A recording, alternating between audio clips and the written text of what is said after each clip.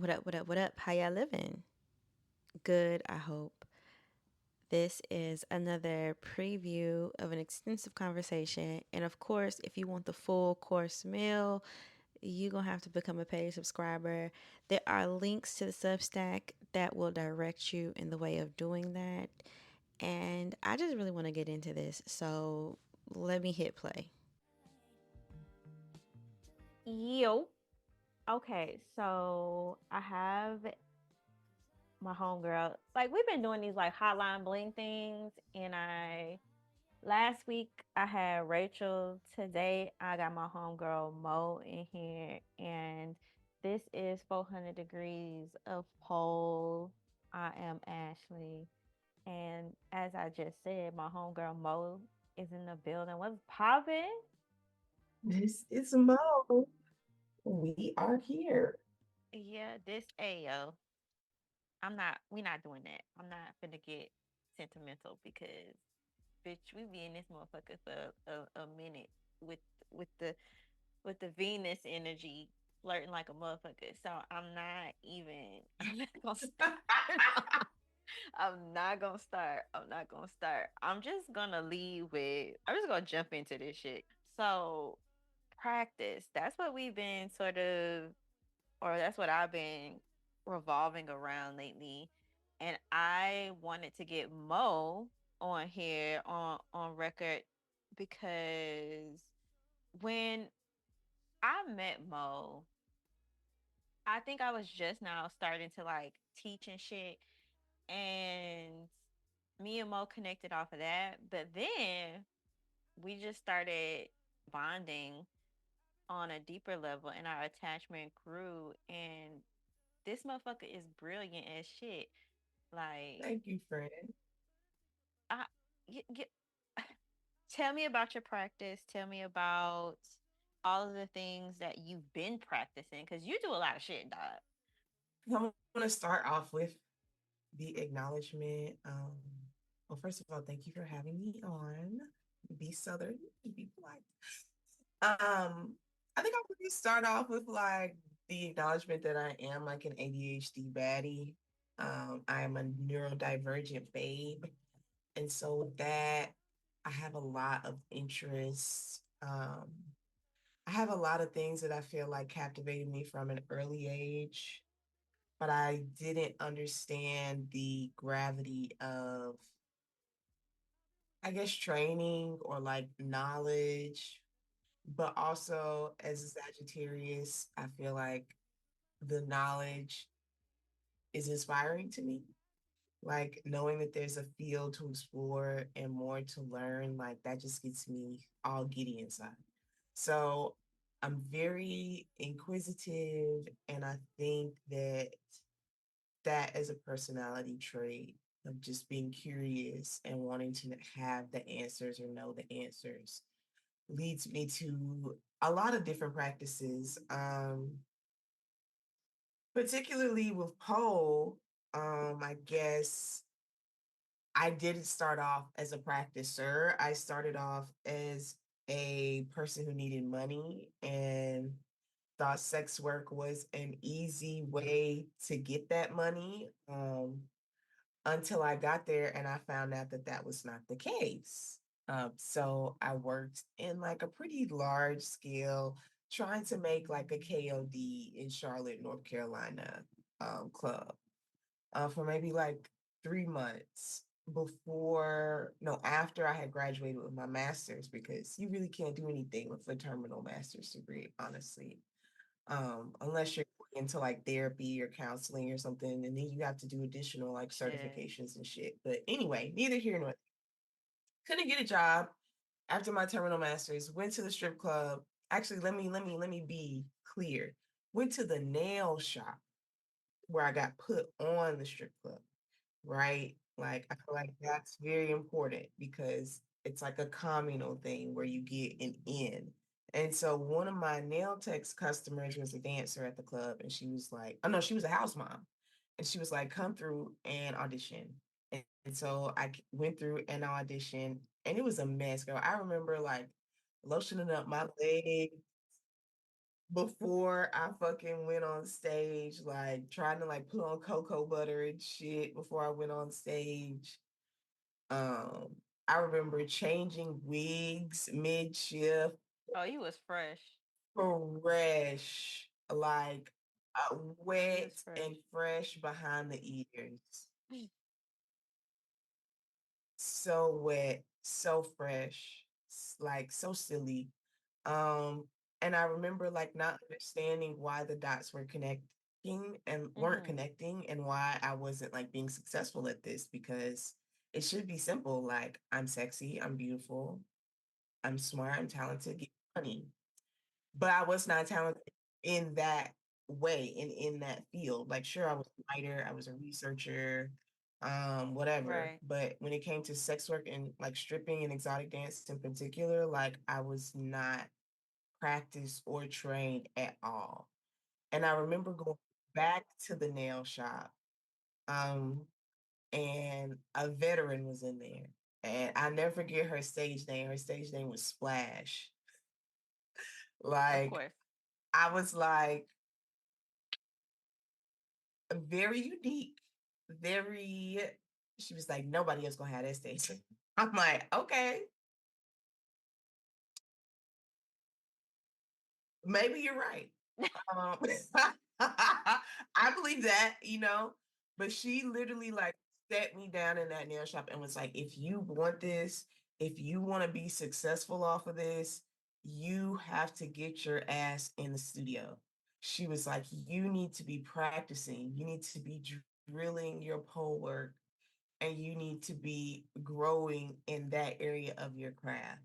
Because at that point in time, like I wasn't even using the pole as an apparatus. Like I feel like I was using it as literally like a prop, like maybe something to lean against, or like, how you do it right, fresh, Yeah. right. So like I had no understanding of what she meant at that time. And I was like, this is crazy. Like, I don't have time to like be in the studio. I don't have money to like take classes. Like, I don't have time to do any of that. Like, I just need to come up with the money now.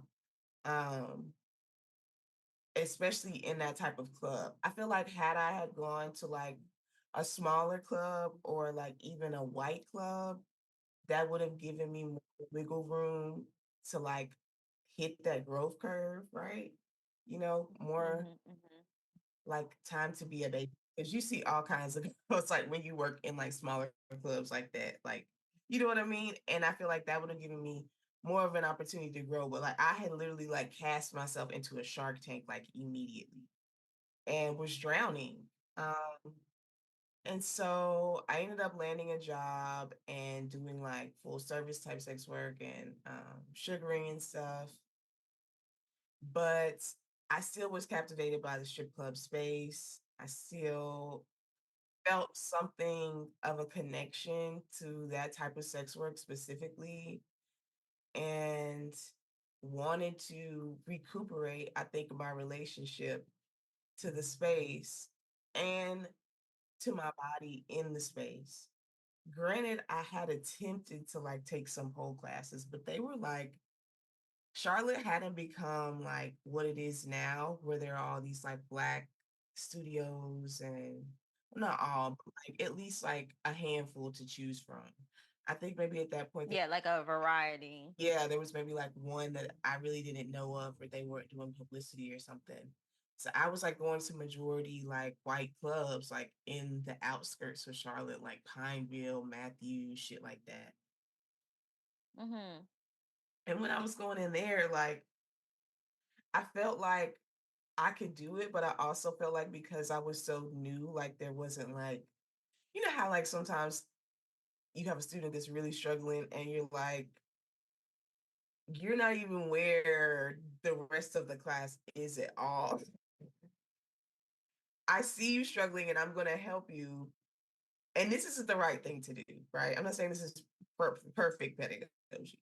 I'm saying like if you have a student that's really struggling and you have students more advanced, like you and your class focus is on the more advanced thing, I feel like you're not going to spend a lot of time trying to like focus on somebody who's trying to get the essentials and like the beginner. Does that make sense?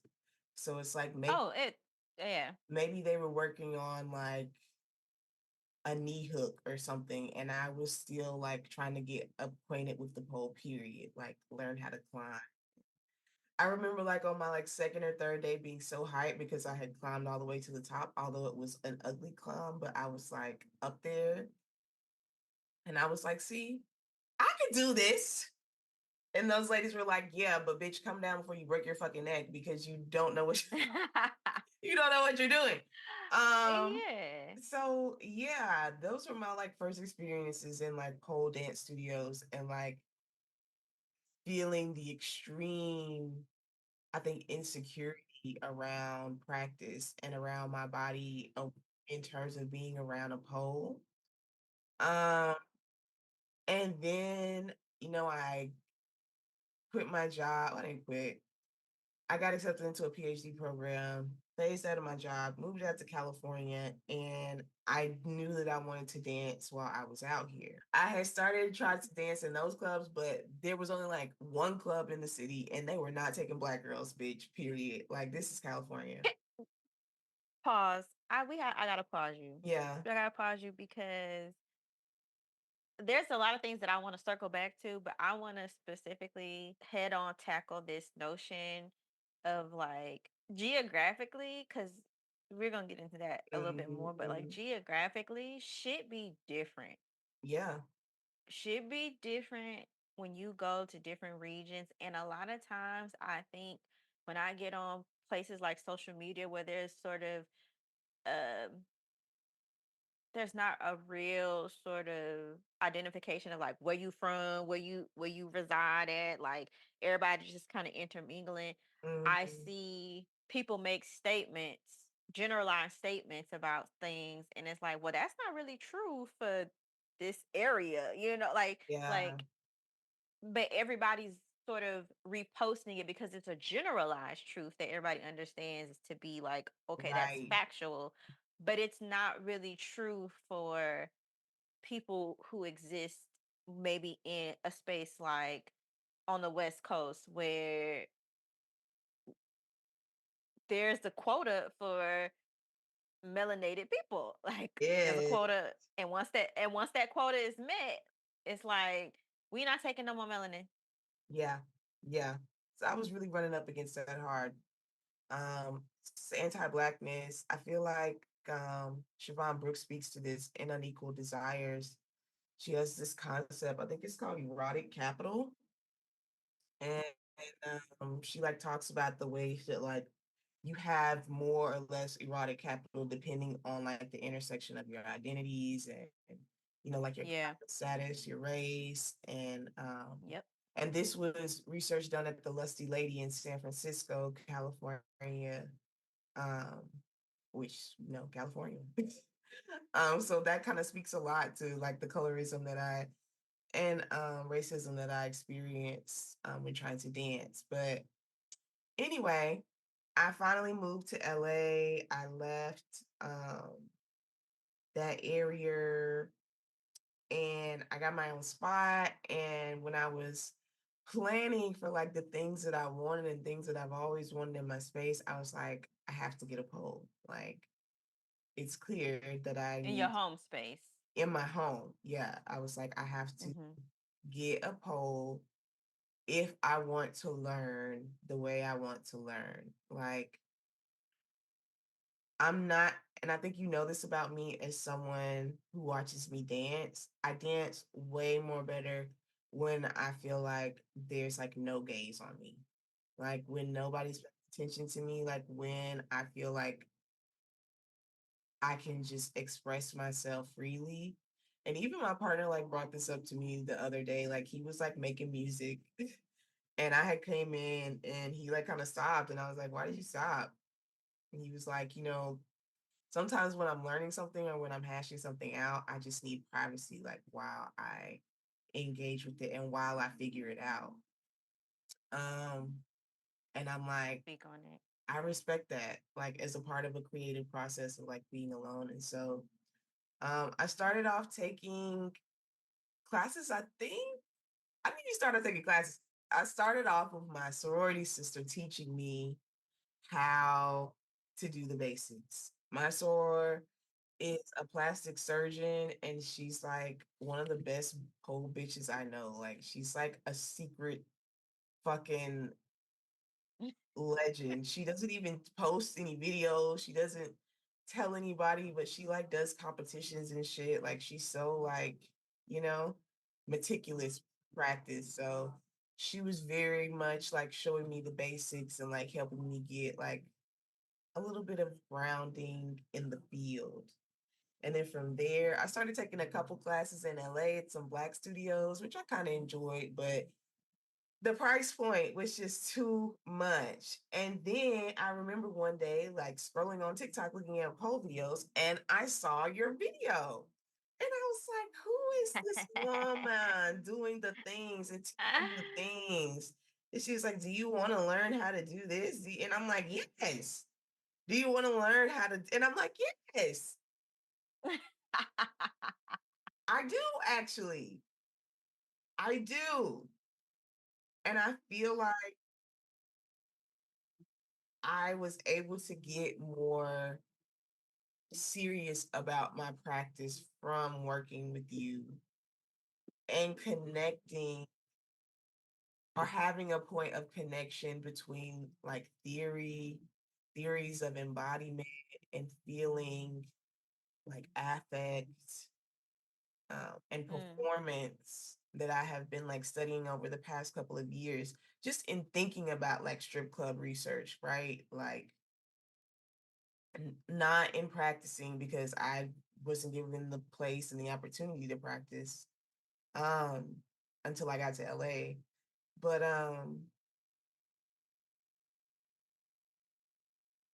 I just feel like the way that I've connected with practice has been a lot more expansive.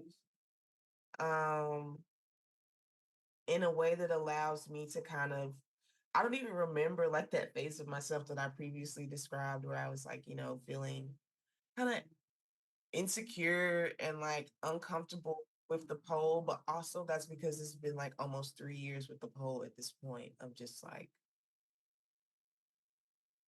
I don't want to say completely bonding because it's like a and maybe it is bonding, because conflict brings people closer together. hey, conflict. Hey, oh my God, me Okay, and conflict brings people closer together. tension, conflict Mm, is my jam, and it people hate that about is, me and I sometimes. love that about you.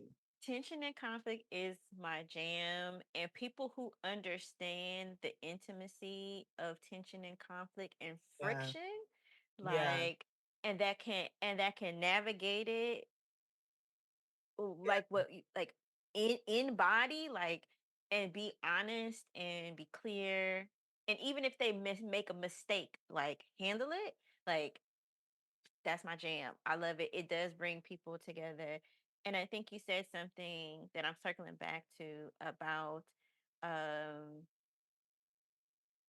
being in the nail salon with Splash, them saying, hey yo, like, if you want to take this as a craft, yeah.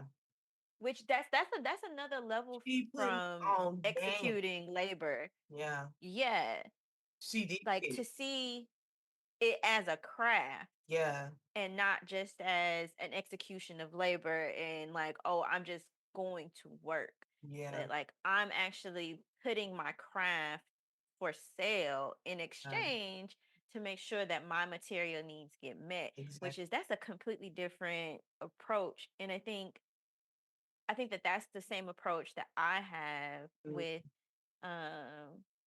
that sort of transferring from, okay, I need to use this apparatus to make money, and I look good, I smell good. yeah, I know my mouth game on stupid, like, I, I'm sexy as fuck. But at what point does sex appeal just be an affront, but then there's a crafting to mm, yourself, your body, yourself, your persona, all of these things that contribute to the art of who you are. And I think that that's where it's like, getting when we start getting into talking about being embodied or being embodied, um I think that really be what I be trying to get at with teaching tricks specifically. Is just like, I know that there are people that use tricks and just as a show of strength and like ability, capability, achievement, and even from an aesthetic perspective. Right. But I'd be like, okay, how do we in spirit the thing? Like, Mm, because everybody's body don't function the same. yeah. Everybody's personality, everybody's coming with different experiences, and that feeling of insecurity in a studio is is sort of an after effect of the lens of, well, you're supposed to look like this, Yeah. or it's supposed to be done like this, Yeah. which is, I think that that's how, I mean, I personally, as a teacher and facilitator, get students and they stick, is because it's like, oh, well, when I'm practicing with you, Ashley, you don't ever be like, it's got to look like this. Yeah. Or you don't ever chastise me for it looking a certain way while I'm doing it. And I'm like, Mm-hmm. yeah, because that's not the point. Like, that's not the point. If I'm going to correct you, I'm correcting you on things that I know are harmful to the well being of your body Mm-hmm. and the sustainability of your practice, Right. not If you're what it totally disappointed. aesthetically. Yeah. Right. Not if it's meeting some aesthetic standard by which I don't even agree with sometimes. Yeah. Yeah. Yeah. Yeah. I definitely think like Splash was putting me on game that day. Like she was telling me what I need For sure. to know to be successful in the game. But I also feel like knowing what I know now, there's multiple ways to do that. Um, Whole work isn't the only way in the club to do that.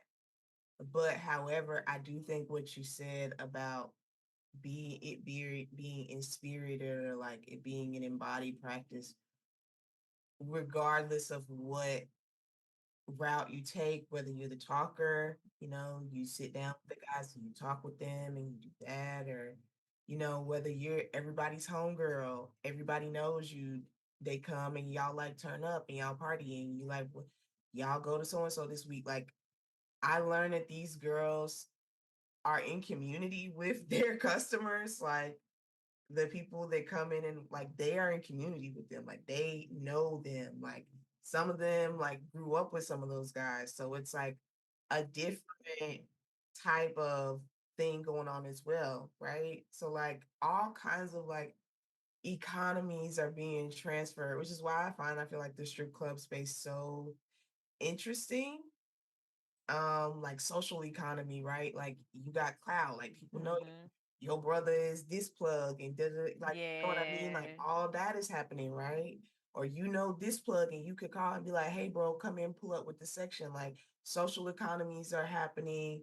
Um, along with like economic stratification is happening. And then there are some girls that rely on their pole work, on their body, on their pure raw like physical talent. There are some girls I know who like literally just can't do shit. Like they don't know nobody. They don't do pole work, but they can sit next to an old man and by the end of the night, in a pair of felines, and by the end of the night, they got $2,000 in a date schedule next week. you know? And she ain't but shit over. And so I feel like in my older age, I'm like, it doesn't take much. And even as a dancer now, like there's some nights where I don't fucking feel like doing the pole work. It's some nights where I'm over it and I know how much it's gonna take on my body and I don't want to give that in that space right now. You know what I mean? Like I'm just like, not feeling it.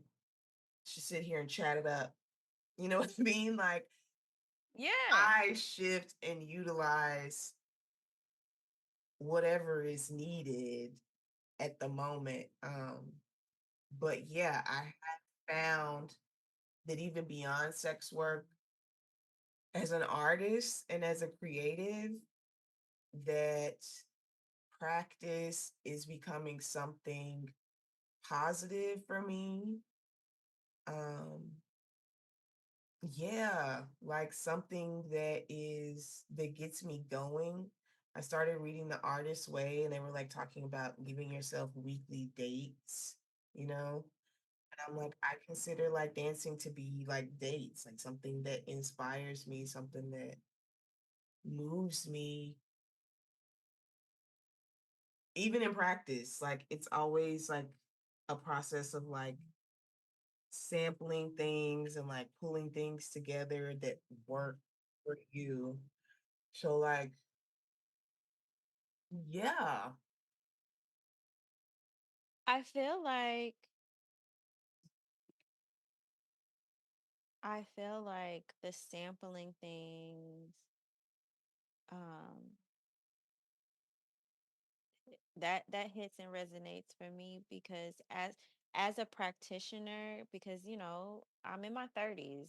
We getting up there. I'm in my 30s now, mhm, and I have made the full transition out of camming and yeah, having tricks and shit like that. I've made that full transition out of that, and now it's full on, pole is my practice. It's my artistic practice.